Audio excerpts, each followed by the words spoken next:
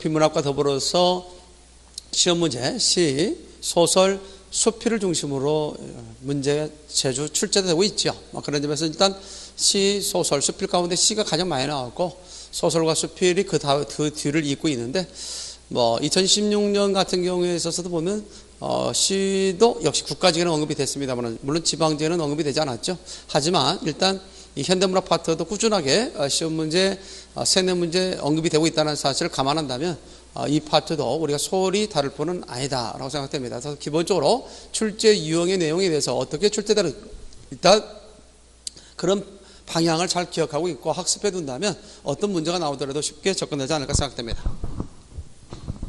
일단 우리가 기억할 수 있는 가운데 보면 문학 일반론 파트에서 문학 일반론 파트에서 이제 한 문제 정도 언급이 되겠죠. 그런 점에서 어떤 내용들이 나올까? 첫 번째 보면은 일단 문학이란 무엇인가를 알면 일단 쉽게 접근될 수 있겠죠. 문학에 대해서 우리가 기본적인 이해를 갖고 있다면 문학에 관련 내용의 문제 나왔을 때 아마 접근하기가 쉬울 겁니다. 두 번째 우리가 이해할 수 있는 것이 뭐냐면 이 문학 작품을 우리가 어떻게 감상할 것인가? 감상 방법, 문학의 관점과 관련된 내용이다 볼 수 있는 거고, 세 번째와 관련돼서 얘기했을 때는 문학의 미의식과 관련된 내용과 그 다음에 네 번째에 있어서는 문의 사조에 대한 이야기 관련돼서 좀 기억해 두시고요. 그 다음에 다섯 번째가 있다면 문학 장르에 대한 이야기. 문학 장르에 대한 이야기가 되면은 문학 작품의 실제 작품 감상의 문제는 쉽게 접근할 수 있거든요. 자, 이렇게 해서 그게 다섯 가지 내용 속에 한 문제 정도가 답으로 요구될 것이다라고 생각됩니다. 자, 그렇다면 문학이라는 무엇일까? 일단 문학에 대해서 기본적인 이해가 되는데요. 문학에 있어서 보면 문학의 내용은 뭘 다루는가? 문학에 있어서의 그런 표현 매체는 무엇인가? 자, 문학의 표현 방법은 무엇인가? 그 다음에 문학에 있어서의 구조는 어떻게 되는 것인가? 이런 것에 대해서 우리가 가볍게 좀 알고 있으면 되겠습니다. 자, 문학의 내용은 뭘까? 문학은 어떤 내용을 다루느냐? 가치 있는 인생 체험을 다룬다. 가치 있는 인생 체험을 다룬다. 자, 그래서 모든 삶의 체험을 다루는 게 아니라 그 중에서도 가치 있다고 여기는 삶의 체험을 다룬다. 이렇게 해서 기억을 좀 해둘 필요가 있겠습니다. 그렇기 때문에 문학은 무엇을 가질 수 있느냐? 진실성을 가진다. 이렇게 되겠죠? 자, 그래서 우리가 내용적인 측면에서 이제 기억을 좀 해둘 필요가 있지 않느냐 이렇게 생각합니다. 만약에 문학이 모든 모든 삶의 체험을 다룬다. 이렇게 나오면 틀린다는 것도 알아두시고요. 표현 매체는 뭐라는 점 나왔지? 언어라는 점을 기억해두라. 언어. 자, 문학의 언어인데 이것이 무엇과 무엇을 구별하는 요소냐? 문학과 예술의 하이갈래, 다른 예술의 하이갈래와 문학을 구별지켜하는 요소가 뭐냐? 표현 매체가 다르다는 점이죠. 언어죠. 예를 들어서 하나 보면 예술이 있다. 예술의 하이갈래로 한다면 여러 가지가 있을 수 있죠. 문학에 대해서 있을 수 있습니다. 또 미술도 있을 수 있죠. 음악도 있을 수 있죠. 무용도 있을 수 있죠. 그렇죠? 이런 것들 여러 가지가 있을 수 있습니다. 그 중에 작가의 사상과 정서를 표현함에 있어서 문학은 표현 매체를 언어로 삼습니다. 언어를 표현 매체로 삼는다는 점. 미술은 선과 색채를 통해서 표현한다는 점. 다음에 음악은 소리를 통해서 표현한다는 점. 자, 무용이라고 하는 것은 다 같이 무엇을 통해서? 그렇죠. 몸짓을 통해서 표현한다는 점. 이것이 바로 이제 예술의 하이갈래들이죠. 자, 이들이 작가의 사상과 정서를 표현함에 있어서 결국 공통점이 있으나 이것들의 표현 방식, 예컨대 표현 매체, 언어, 성과 색채, 소리, 몸짓이 된다는 거죠. 그러니까 이것이 바로 뭐예요? 문학과 예술의 다른 하이갈래와 문학을 구별짓는 요소. 그것이 바로 언어라는 점이 다르다라고 할 수 있죠. 그 언어는 어떤 언어냐? 주로 함축적 언어다. 또는 우리가 소위 주관적 언어다. 함축적 언어다. 주관적 언어다. 또는 우리가 이해할 수 있는 것이 뭘까요? 그렇죠? 예술적으로 표현된 언어다. 예술적으로 표현된 언어다. 이런 것들이 바로 이제 뭐냐면 문학적 언어라고 얘기할 수 있습니다. 그런데 우리 서정주의 국화협회에서의 국화라고 하는 것이 단순한 가을날에 피는 우리가 국화라는 꽃이 아니라 원숙한 그런 어떤 삶 또는 원숙한 그 여인 또는 원숙한 삶을 드러낸다는 점에서 작가에 의해서 변형됐다라고 얘기할 수 있죠. 그래서 이와 같이 문학적 언어에 있어서는 가장 잘 나는 것이 주로 산문보다는 어디에서 운문에서 이와 같은 문학적 언어의 특징을 가장 잘 볼 수 있다. 운문의 가장 대표적인 건 뭐예요? 시가 되겠죠. 이렇게 할 수 있겠습니다. 그래서 함축적 언어, 주관적 언어, 예술적으로 변형된 언어, 또는 다른 말로 나오면 뭐라고 나올 수 있냐면 개인적 언어, 이렇게 나올 때도 있습니다. 자, 표현 방법에 대해서 얘기합시다. 표현 방법은 여기서 우리가 하나 기억할 수 있는, 여기다 정의겠죠? 형상화라는 거. 형상화. 자, 형상화는 다른 말로 바꾸면 구체화. 또 다른 말로 바꾼다면 실감나게 표현하는 거. 실감나게 표현하는 것. 실감나게 표현하는 것. 이렇게 해서 우리가 제시할 수 있다는 거죠. 이렇게 해서 우리가 형상화다, 그 다음에 구체화다, 또는 뭐라고 얘기한다? 그렇죠. 실감나게 표현하는 것과 관련돼서 생각할 수 있겠다. 자, 이것은 결국 무엇과 무엇을 구분하는 요소냐면 문학과 비문학을 구별하는 요소다. 문학과 비문학을 구별하는 요소다. 자, 문학과 비문학을 구별하는 요소라고 얘기할 수 있겠죠. 여기서 비문학이라고 한다면 무엇을 말할까요? 그렇죠. 되어 있습니다. 뭐 철학이 있다든가 과학이 있다든가 뭐 역사가 있다든가 이러한 비문학적 요소에 결국 형상화를 통해서 문학이라는 걸 만들어 놓는다라고 얘기할 수 있습니다. 우리는 과거에 경험하지 않았던 사실을 이야기할 수 있다든가 또는 미래에 경험하지 않았던 일에 대해서 또 이야기할 수 있는 것, 뭐 사실 이런 것들 전부 다 뭐다 볼 수 있어요. 그것을 형상화해 놨다라고 얘기할 수 있죠. 10길 물속 알아도 사람 한길 사람 속 모른다 했지만 우리는 문학을 통해서 한길 사람 속도 알 수 있게 되는 거죠. 이런 것들이 전부 다 뭐냐면 형상화다라고 할 수 있습니다. 또 때에 따라서는 보이지 않는 것을 보이게 만들도 하죠. 그런데 우리가 사실 뭐 바람이라는 게 있죠. 바람 같은 경우도 촉각적 이미지를 통해서 할 수 있는 거지만 자, 눈에는 안 보이잖아요. 그런데 그것을 뭘로써 머리채 긴 바람, 투명한 빨래처럼 이렇게 하면서 바람을 시각적으로 볼 수도 있게 만든다는 거죠. 이것을 우리는 뭐라고 한다? 형상화다라고 얘기할 수 있습니다. 바로 이런 형상화 문제가 문학에 있어서의 표현 방법이고, 이런 표현 방법인 형상화는 상당히 중요한 용어입니다.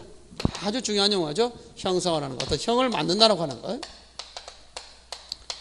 어떤 형태와 모양을 만든다는 점의 이 형상화의 개념은 계속해서 표현상 특징에도 가장 잘 나오는 것 중에 하나인가. 그래서 이 작품은 무엇을 형상화해 놨는가, 또 무엇을 통해서 그 대상을 형상화했는가. 일단 그 형상화라는 말 상당히 중요합니다. 자, 그래서 이것이 형상화가 무엇과 무엇을 구별하는, 그렇죠, 문학과 비문학을 구별하는 가장 대표적인 요소가 된다라는 것을 기억할 필요가 있겠고요. 자, 구조와 관련돼서 이야기했을 때 뭐라고 얘기합니까? 동적 구조. 일반적으로 이제 동적 구조라고 하고도 하고, 또 다른 말로는 살아 움직이는 구조. 살아 움직이는 구조라는 의미로서 되겠죠. 따라서 이 살아 움직이는 구조다, 동적 구조라고 하는 것은 왜 그렇게 말하냐면 시대에 따라서 또 독자에 따라서 똑같은 작품을 이해하는 정도가 다를 수 있다라고 하는 것도, 해석이 또 다를 수 있다라고 하는 것, 이것을 우리는 동적 구조다, 살아 움직이는 구조다라고 이야기할 수 있습니다.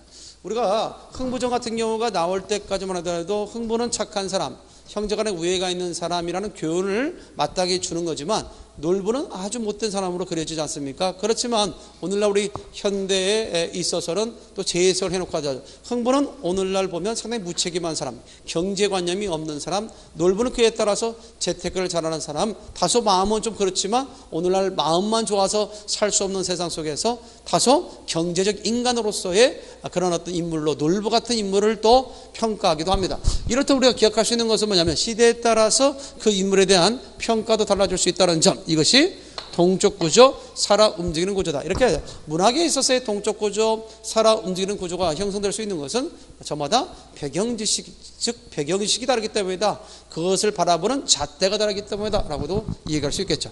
자, 이렇게 해서 문학의 개념 자체를 묻는 문제는 많이 나오지 않지만 저도 문학이 무엇인가를 알고 있다면 충분히 여러분들 문학의 접근력이 빨라질 수 있겠다 생각됩니다. 그래서 문학이라는 것은 가치 있는 인생 체험을 언어라는 표현 매체를 통해서 형상화한 동적 구조를 지닌 예술의 한 갈래를 문학이라고 한다. 이런 정도의 문학에 대한 개념을 가지고 있으면 될 것 같습니다.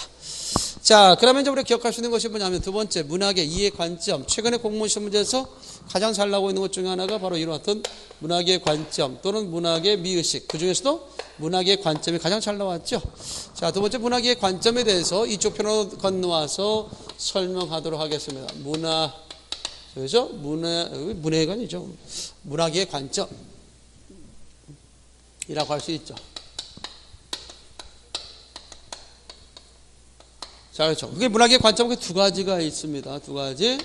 자, 두 가지가 있다. 문학의 관점에 관해서 두 가지가 있다. 물론 여러분들 교재상으로 있을 때는 뭐 여러 가지 나와요. 뭐 문학의 특성도 나오고 문학의 요소 나오지만 그런 것들에 대해서는 크게 관심이 절두도 되고요. 452페이지에 문학의 접근 방법에 대한 관점, 거기다가 별 2개 정도 해놓고요. 자, 거기는 이제 우리가 어떻게 외제적 관점. 자, 외제적 관점이라는 게 있고 그 다음에 뭐가 있냐면 내재적 관점이라는 게 있습니다. 자, 이렇게 해서 외제적 관점과 내재적 관점이 있다면 외제적 관점은 작품을 형성하는 데 있어서 관여했던 요소들, 작품의 외적 요소를 고려해서 작품을 이해하고자 하는 것을 외제적 관점이라고 할 수 있는 거죠. 그래서 외제적 관점에는 크게 세 가지가 있습니다. 대표적인 첫 번째가 무슨 논이 있느냐? 표현론이 있다. 두 번째가 반영론이 있다. 세 번째가 효용론이 있다. 이렇게 되는 거고, 내재적 관점은 오로지 작품 자체만을 중시하는 것으로서 다른 말로 존재론이다. 또는 우리가 구조론이다. 존재론이다. 또는 구조론이다. 이렇게 설명할 수 있습니다. 자, 이렇게 해서 정의할 수 있죠. 자, 표현론은 뭘 중시하는 걸까요?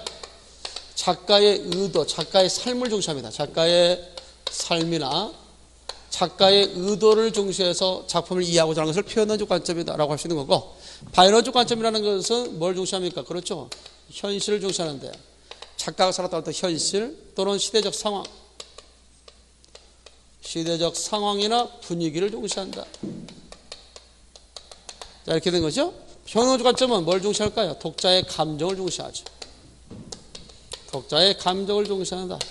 자, 그 다음에 존재론 구조론 같은 경우는 뭘 중시할까요? 그렇죠. 작품 자체를 중시한다. 작품 자체에 가장 중요하게 다루는 요소 가운데 하나가 언어라고 하는 것.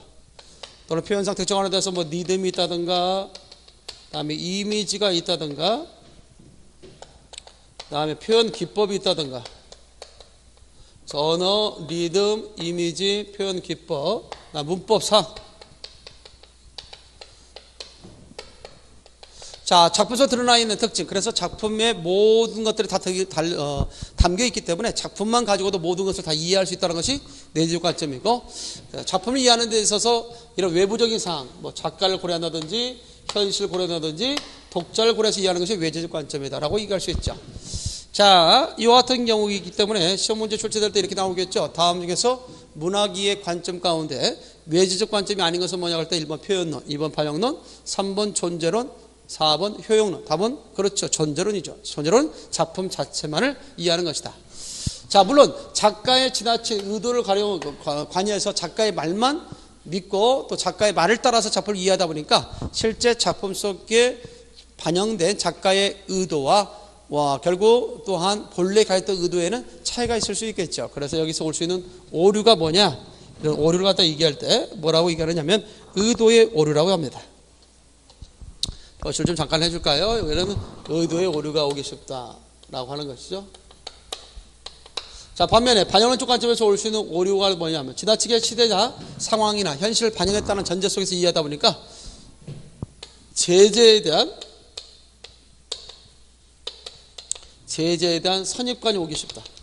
선입관이 오래. 그래서 이육사, 윤동주 작품에 눈이 나왔다 하면 무조건 일제 강점기하였던 현실, 이렇게 제재에 대해서 선입관을 갖기 쉽다는 것이고, 독자의 감정을 중시하다 보니까 결국 실제 독자들의 감정들은 다 다를 수밖에 없는데 그로 인해서 그 감정에 대한 것들을 강요받다 보면 어떤 오류가 빠지기 쉽냐면 감정의 오류에 빠지기 쉽다라고 얘기할 수 있죠.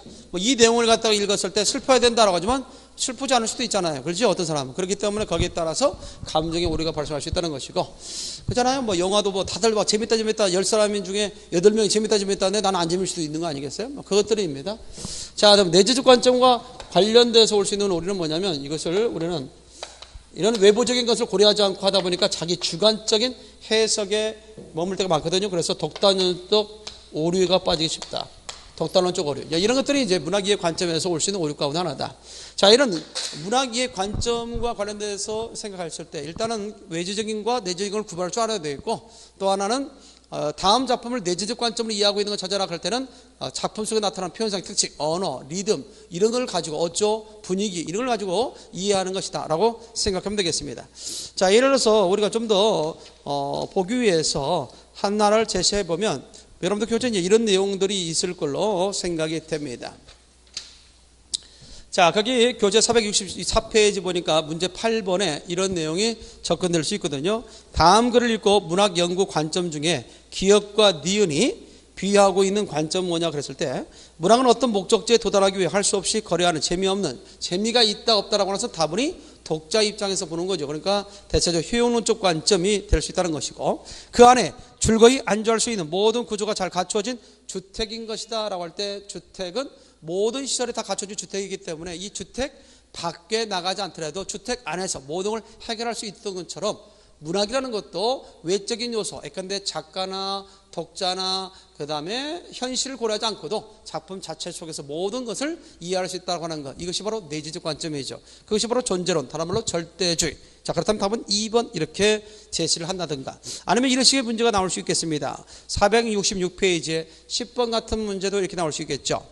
다음 작품을 내재적 관점에 하라고 있는 건, 내재적 관점이라는 것은 작품 자체를 고려하는 문학적 이해 관점이죠.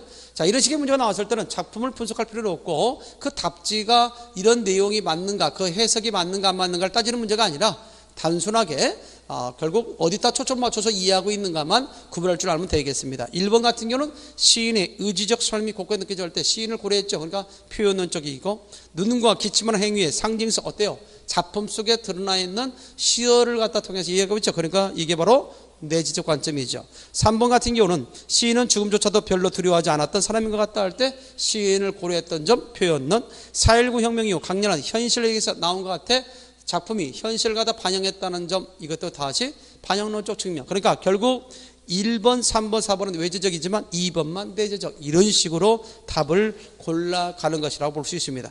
자, 그렇게 접근해 나간다면 문학의 관점은 그렇게 어렵지 않을 것이다. 일단 뭘 기억하더라고요? 그게 문학의 관점에는 뭐가 뭐가 있다? 그렇지, 외재적 관점과 그 다음에 내재적 관점이 있다. 그 외재적 관점의 가장 대표적인 문학적 이해 방법이 있다면 그것을 뭐라고 하느냐? 역사주의 방법. 그 다음에 대표적인 내재적 관점의 대표적인 작품 자체를 중시하는 문학적 이해 방법에는 뭐가 있느냐? 뭐 형식주의가 있다든가, 구조주의가 있다든가, 구조주의, 그 다음에 미국의 뉴크리츠 신비평이 있다든가, 신비평, 이런 것들이 바로 작품 자체를 중시한다. 개별적으로 이게 뭐냐는 문제는 여러분들 공문 시험에 잘 안 나옵니다. 다만 혹시 나온다면 다음 중에서 작품 자체를 갖다 중시하는 문학적 이해 방법이라 볼 수 없는 것. 1번 형식주의, 2번 구조주의, 3번 신비평, 4번 역사주의. 답은 몇 번? 역사주의. 이렇게 해놓으면 된다라고 볼 수 있습니다. 자, 이렇게 해서 문학의 관점에 대한 기본적 이해는 좀 해두면 되겠다. 그리고 여기서 보다시피 결국 어느 관점을 중시하게 되면 나름대로의 이런 오류들이 발생하죠. 이런 오류들이 발생하기 때문에 좀 더 객관적이고 좀 더 정확한 문학 작품에 대한 이해가 되려면 어느 한 관점을 치중해서 이해하기보다는 이 두 가지적인 측면을 다 고려해서 이해하는 것이 작품을 좀 더 정확하게 객관적으로 이해하는 데 도움이 될 것이다, 이렇게 생각이 됩니다. 자, 문제는 그런 식으로 나오니까요, 해결해 두면 되겠고요. 다음에 세 번째로 보면 이제 문학의 미의식에 대한 이야기가 있습니다.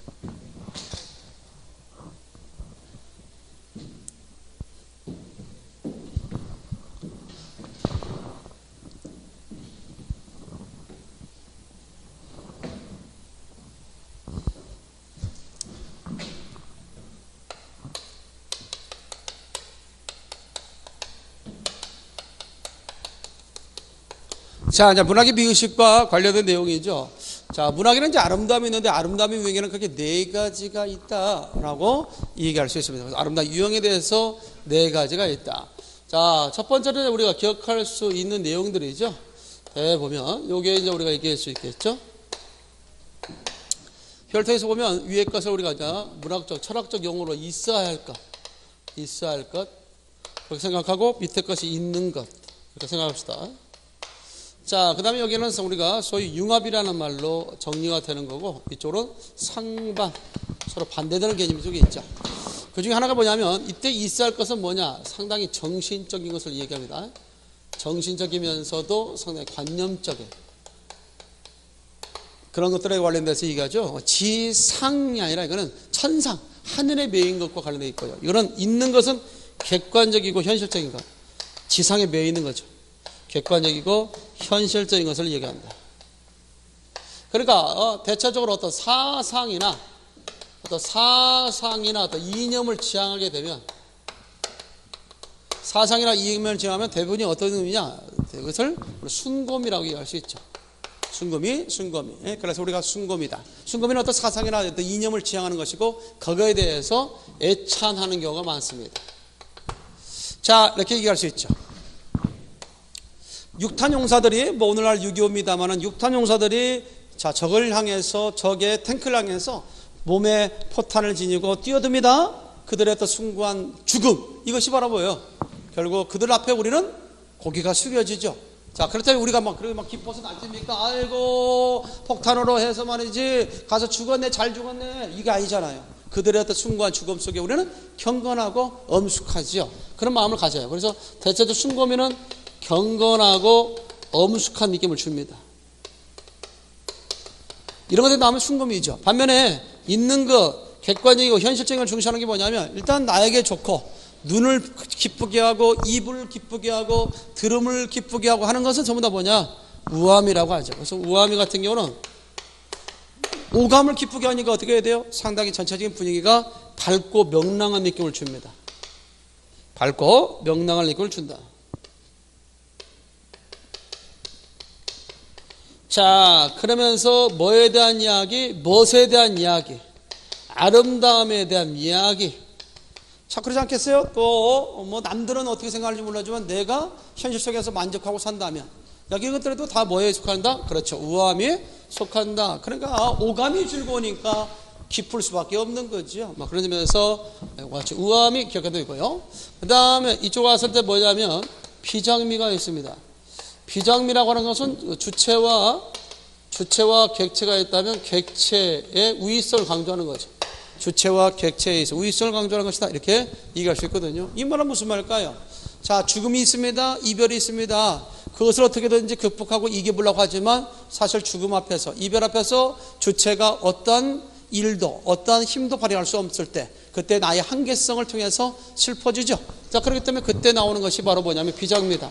그래서 비장미는 극한적인 슬픔에서 형성되는 미의식이다라고 얘기할 수 있죠. 그러면서 주체의 열쇠를 인정하는 거다라고 할 수 있습니다. 자, 반면에 여기가 이제 골개미입니다. 골개미라고 하는 것은 뭐냐면 주체와 객체 가운데 주체의 우위를 갖다 강조하는 것이 바로 골개미다라고 할 수 있죠. 따라서 이와 같은 골개미는 현실에 대한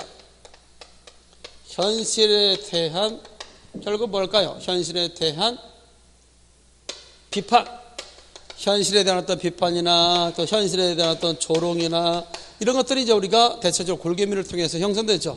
그 다음에 여기다 조롱한다. 거기에는 뭐가 들어가요? 조롱한다. 웃음이 있는 거죠. 웃음 알겠죠? 웃음. 자, 이런 것들이 대체적으로 무슨 미? 골개미라고 얘기할 수 있습니다. 자, 이렇게 해서 문학적 미의식, 그게 몇 가지가 있다? 4가지가 있는데 주로 이제 골개미는 어디에서 대체적으로 평온할 때보다는 난세 때 많이 나타나죠. 그래서 골개미는 주로 조선 후기의 탈춤이랄지 사설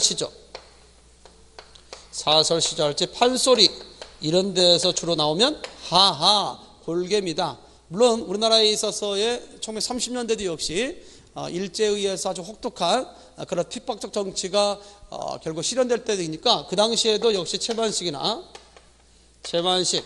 그 다음에 김유정, 알겠어요? 이런 사람들에 의해서 이런 골개미가 많이 형성이 됐다라고 할 수 있습니다. 자, 이렇게 문학의 미의식에는 그게 몇 가지 있다?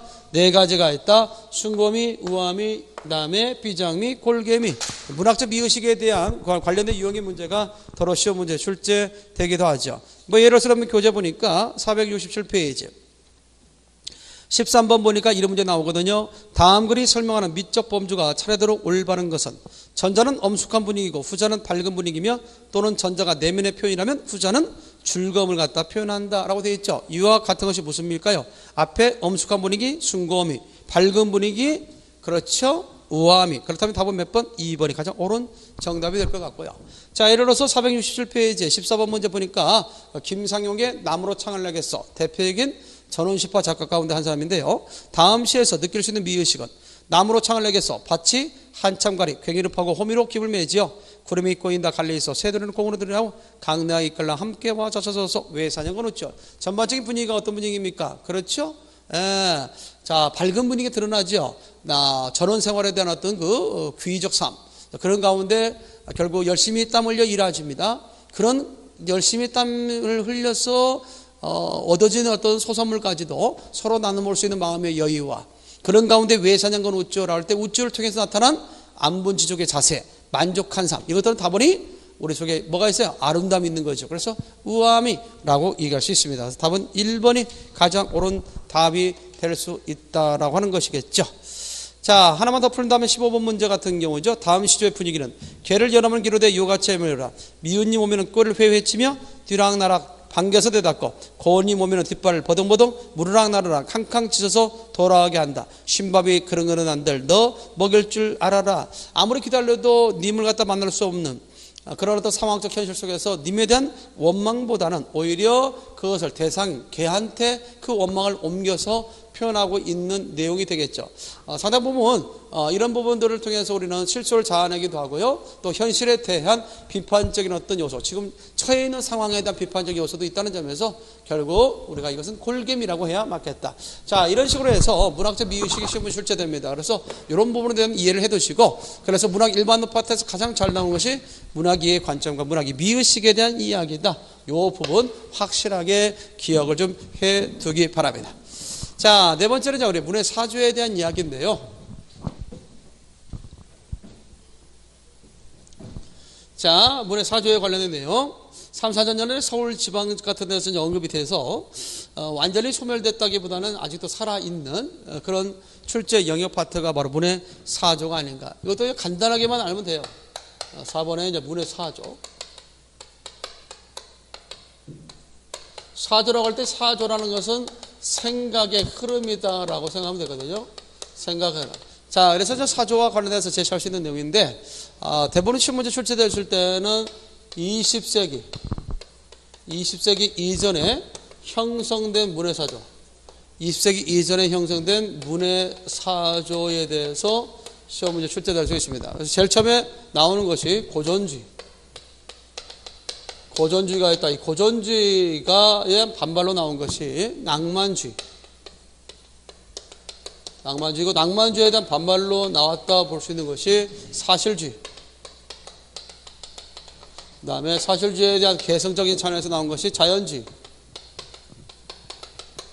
나오겠죠? 첫 번째로 이렇게 고전주의가 나온다든가, 그 다음에 낭만주의, 그 다음에 사실주의, 그 다음에 자연주의. 그 다음에는 사실주의나 자연주의에 대한 반발로 나온 것이 뭐냐면 마지막에 상징주의가 있다. 이렇게 정리해 보겠습니다. 자, 일단 고전주의 같은 경우는 언제 형성됐느냐? 16세기 말 결국 루터의 종교개혁이 실패에 따라서 결국 도덕적 해이 현상이 같은 만행했던 그런 어떤 시기에 이러한 질서나 규칙을 통해서 이런 사회적인 어떤 그 질서, 인간의 도덕적 해이성을 바로잡고자 하는 문해적 운동이 일어나죠. 이게 바로 고전주의입니다. 그래서 고전주의는 17세기 나오는데 어떤 말만 기억하면 되냐면 주로 이제 고전주의는 규칙과 형식. 하여튼 이런 말만 나왔던 고전주의라고 생각하면 돼요. 뭐 깊게 심이 안 납니다. 규칙과 형식, 균형과 통제. 균형과 통제. 그 다음에 이성과 질서. 이성과 질서가 있다. 이런 것들로 통해서 언급이 되는 거죠. 자, 그래서 고전주의는 17세기 형성됐으며 규칙과 형식, 균형과 통제, 이성과 질서를 통해서 나온다. 이런 내용만 나왔다면 무슨 조건? 고전주의. 그러다 보니까 18세기 때 이러한 것들에 대한 반발로 자유와 개성을 추구하고자 하는 문해서조가 나오죠. 자유와 개성 추구. 그러면서 다분히 비현실적. 비현실적이다 또는 주관적이다. 이런 것들이 나오게 되죠. 낭만주의. 그래서 다음 같은 용어만 나왔다면 무조건 낭만주의죠. 꿈, 환상, 신비로움 이런 것들. 그다음에 동경, 떴다면 무슨 주의? 낭만주의. 그러다 보니까 현실을 무시하고 자꾸 꿈과 환상과 동경의 그런 어떤 관점을 가지고 살아가니까 우리의 현실을 좀 바로 알자 해서 나온 게 문해서조가 뭐다? 사실주의. 사실주의가 그래서 19세기에 나오죠. 다분히 사실주의는 현실적이고 객관적이죠. 사실주의는 현실적이고 뭐다? 시작. 객관적이다라고 얘기할 수 있습니다. 우리 현실을 좀 더 정확하고 객관적으로 표현할 수 있는 대표적인 문학적 장르는 뭐죠? 그렇죠. 소설이죠. 그래서 사실주의와 뭐가 밀접하게 관련있다? 소설과 상당히 관련이 있다 볼 수 있겠고, 이러한 사실주의는 우리가 살고 있는 현실을 중시합니다. 현실 중시. 자, 이게 사실주의입니다. 자, 그러다가 자연주의 같은 경우는 뭐냐? 사실주의로부터 발생됐는데 과학적 사실주의로부터 개성됐어요. 과학적 사실주의를 개성했다. 자, 가능한 다분히 어떠냐? 실험적 사고가 들어가서 실험이나 경험이 상당히 중시되죠. 그러면서 여기에서 중시하는 것이 인생입니다. 인생을 중시하다 보니까 인생을 실험하는 거죠. 그렇게 함으로써 우리 인생이 환경에 지배를 당하는가, 당하지 않는가를 갖다 살피는 거죠. 그래서 우리가 보니까 우리 인생은 환경에 지배를 당하더라. 대표적인 소설이 뭐가 있어요? 김동인의 감자 같은 작품, 복료가 있죠? 김동인의 감자가 대표적인 환경결정론, 자연주의와 관련되어 있다고 얘기할 수 있습니다. 자, 그러다 보니까 사실주의나 자연주의는 이렇게 화살표 한 방향으로 나온 것은 계승관계고요. 양쪽에 표가 되어 있는 것은 뭐냐면 대립관계입니다. 자, 그래서 사실주의는 결국 자연주의는 사실주의의 과학적 사실주의로부터 개성했다. 그러면서 자연주의는 인생을 초점한다면 사실주의는 현실을 갖다 중시하게 된다. 그러면서 각각 사실주의나 자연주의는 뭐가 강하느냐?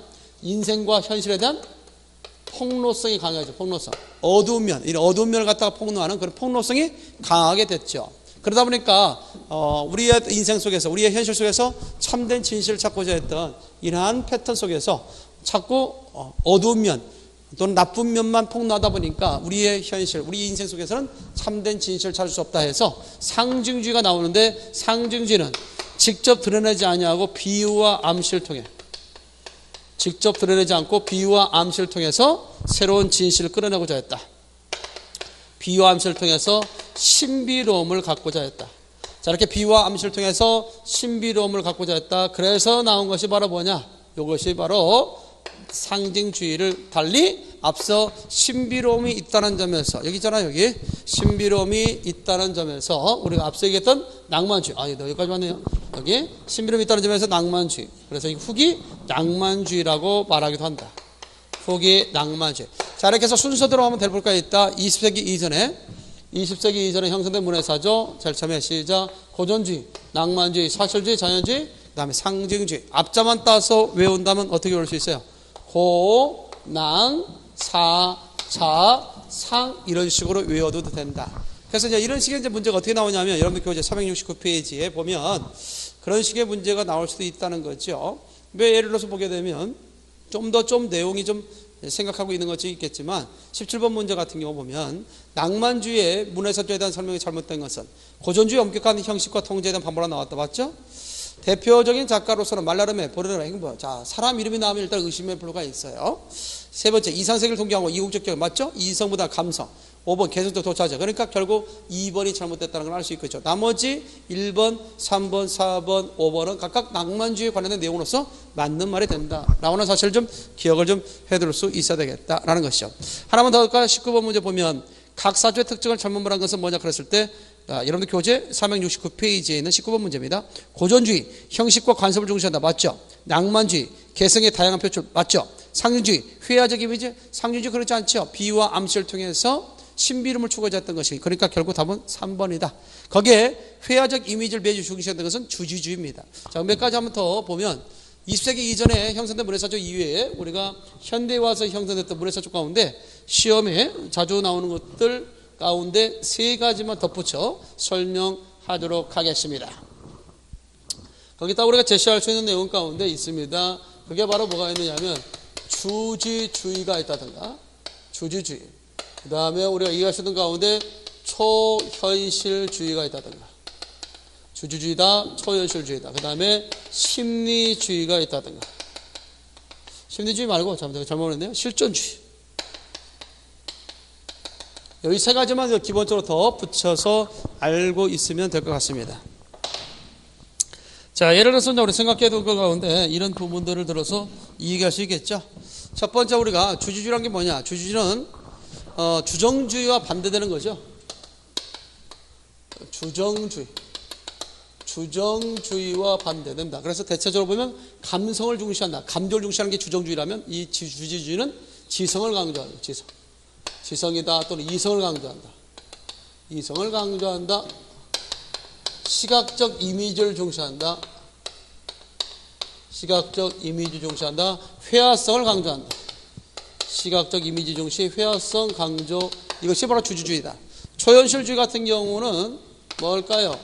초현실주의 같은 경우 우리가 생각할 때 이것은 대체적으로 잠재의식을 중시하는 거죠. 잠재의식을 중시한다라고 하는 거 잘 알아둬요. 잠재의식 중시.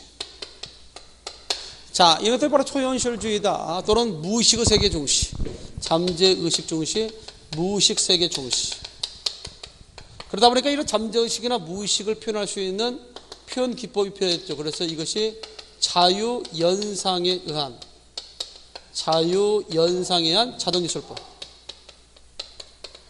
자유연상에 의한 자동기술법이다 라고 하는 것이 있죠. 이런 것들도 기억해야겠다. 또는 의식의 흐름 기법.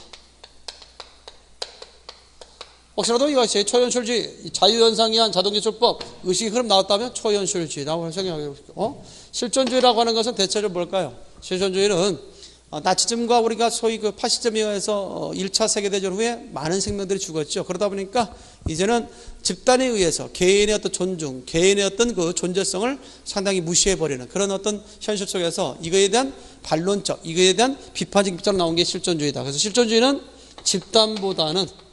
집단보다는 개체의 중요성, 개인의 중요성 또는 개체의 중요성을 강조한다. 중요성 강조, 이렇게 얘기할 수 있죠. 자, 사르트르의 존재가 본질을 선행한다라는 말의 모토로 삼고 있는 문해사조가 바로 실존주의. 우리나라에서 이런 실존주의가 영향을 미친 것은 1950년대 전후문학에서 이와 같은 영향을 미치게 됐다. 그래서 집단보다는 개체의 중요성을 강조했다. 몇 년대? 1950년대 전후문학에 우리나라에서는 영향을 줬다라고 할 수 있죠. 근데 뭐 장용학의 요한시집이랄지, 이범선의 오발탄, 송찬섭의 잉여인간 등등 이러한 것들이 대표적으로 실존주의와 관련되어 있는 하나의 작품들이다라고 얘기할 수 있습니다. 자, 그렇다면 문해사조까지 설명했는데요. 문해사조 관련돼서 제시해 보면, 자, 여러분들 그 관련돼서 문제 가운데 이런 내용이 나오죠. 뭐 예를 들어서 보면 471페이지에 보면 다음 같은 경우로 유학다 우리나라 시운동은 뭐냐 했을 때 가슴에서 절로 우러나는 시간이 머리로 생각한다는 것은 이성적이라는 얘기죠.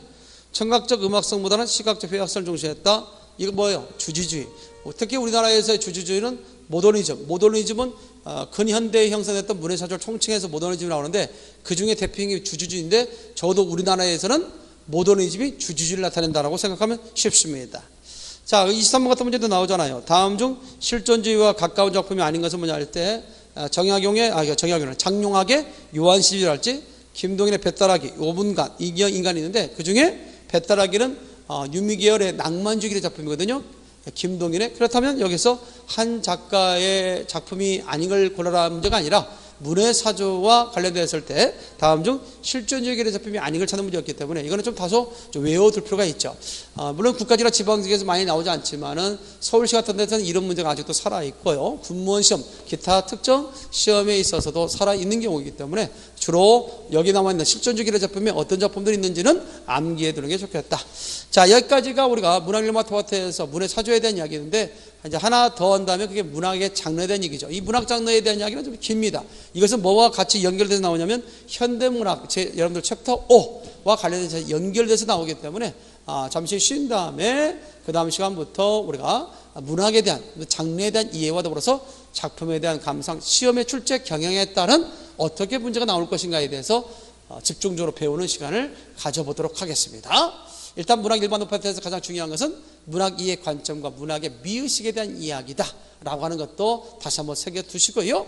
일단 또 사조와 관련돼서는 고난 사자상, 20세기 이전에 형성된 문의 사조와 더불어서 20세기 이후에 형성된 문의 사조, 고전주의, 낭만주의, 사실주의, 낭만주의, 자연주의, 상징주의까지 기억해두기 바랍니다. 물론 우리나라에서 낭만주의나 사실주의, 자연주의는 1920년대에 유입되게 돼서 주로 이제 낭만주의는 시에 영향을 줬고 사실주의나 자연주의 같은 경우는 소설에 영향을 줬죠. 그리고 이제 주지주의 같은 경우 있지 않습니까?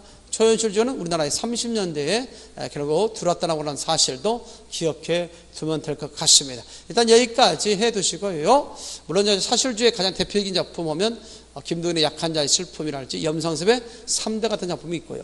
그 다음에 우리 자연주의에 있어서 우리가 소위 최초의 작품이라고 부른다면 염상섭의 표본실 청개구리가 있다면 완성적 작품으로서 또는 발전적 작품으로서는 김동인의 감자가 있다라고 하는 것까지는 상식으로 좀 알아두는 것도 괜찮지 않겠나 봅니다. 자, 이렇게 해서 여기까지 해서 문학 일반론 파트에 대한 얘기를 좀 잠깐 하고요. 문학 장르에 대한 이야기는 잠시 후에 만나보도록 하겠습니다.